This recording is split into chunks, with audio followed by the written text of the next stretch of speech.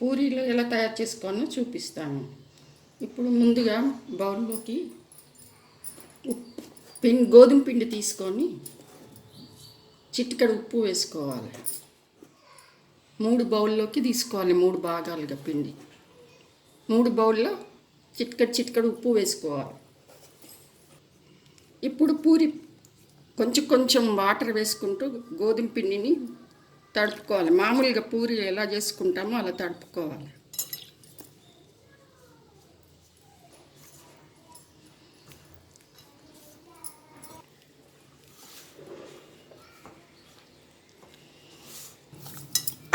పూరి పిండి రెడీ అయింది. ఇలా తడుపుకోవాలి పూరిలాగా. దీనికి కాస్త ఆయిల్ పట్టించి పెట్టుకుందాం. ఇలా ఆయిల్ పట్టించి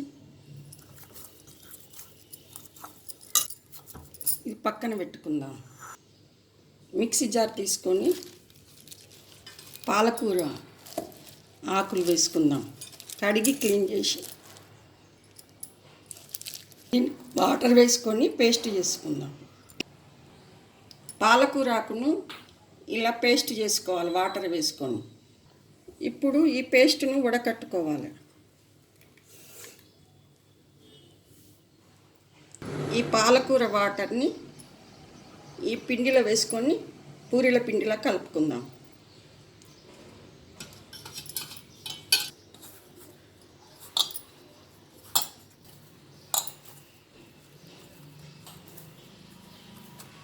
ఆకుపచ్చ కలర్ వచ్చేసింది పాలకూర రసంతో చేస్తే.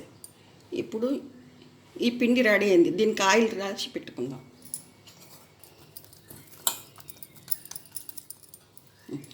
ఇది పక్కన పెట్టేసుకుందాం. ఇప్పుడు మళ్ళీ మిక్సీ జార్ తీసుకొని బీట్రూట్ ముక్కలు తొక్క తీసి కడిగి ముక్కలు చేసి పెట్టుకున్నాను.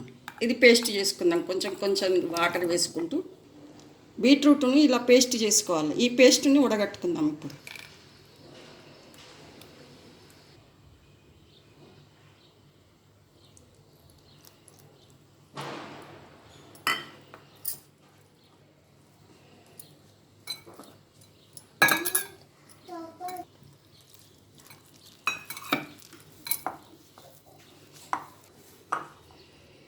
ఇప్పుడు బీట్రూట్ జ్యూస్తో చేసిన పిండి రెడీ అయింది. దీనికి ఆయిల్ రాసి పెట్టుకుందాం.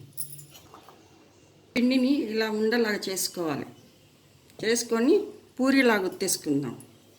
కొంచెం గోధుమ పిండి చల్లేసి పూరీలా ఒత్తేసుకుందాం.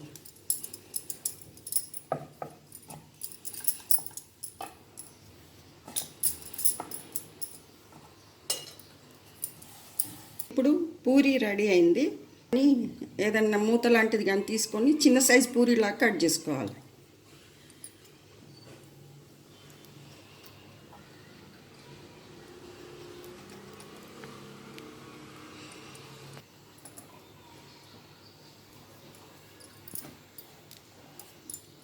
గ్రీన్ కలర్ పిండి తీసుకుందాము. ఇది పూరీలా చేసుకుందాం. రెడీ అయింది. ఇది కూడా చిన్న సైజు పూరీలా కట్ చేసుకుందాం.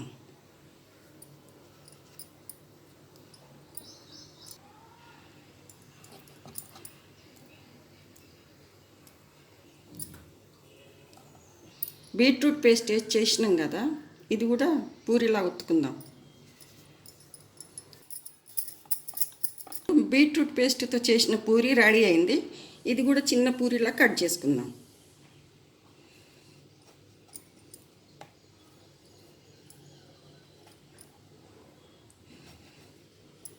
ఇప్పుడు ఈ 3 కలర్ల పూరీని ఒక దగ్గర జాయిన్ చేసుకోవాలి.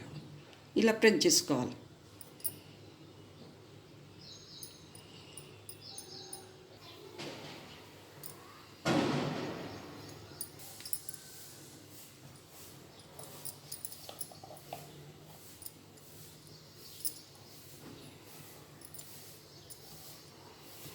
ఇప్పుడు వీటిని ఒక్కసారి లైట్గా ప్రెస్ చేసుకోవాలి.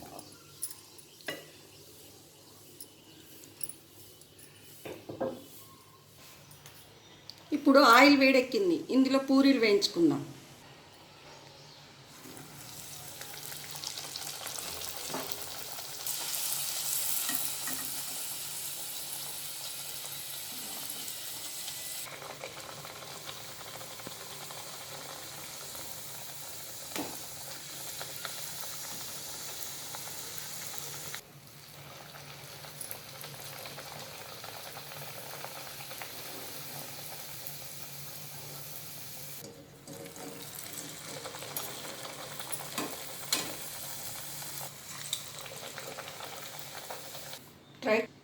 ట్రైకలర్ పూరీలు రెడీ.